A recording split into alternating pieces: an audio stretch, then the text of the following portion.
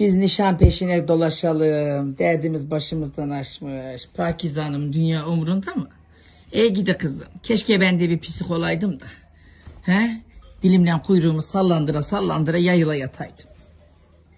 Hele kız bunu yatmasana. Kendini sevdirmez, öptürmez, anca yer içer yatar.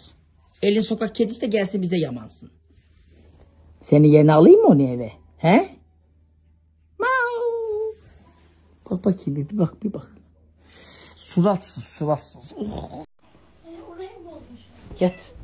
Evde hiç toplu yatak koymuyor ki hepsinin içine giriyor.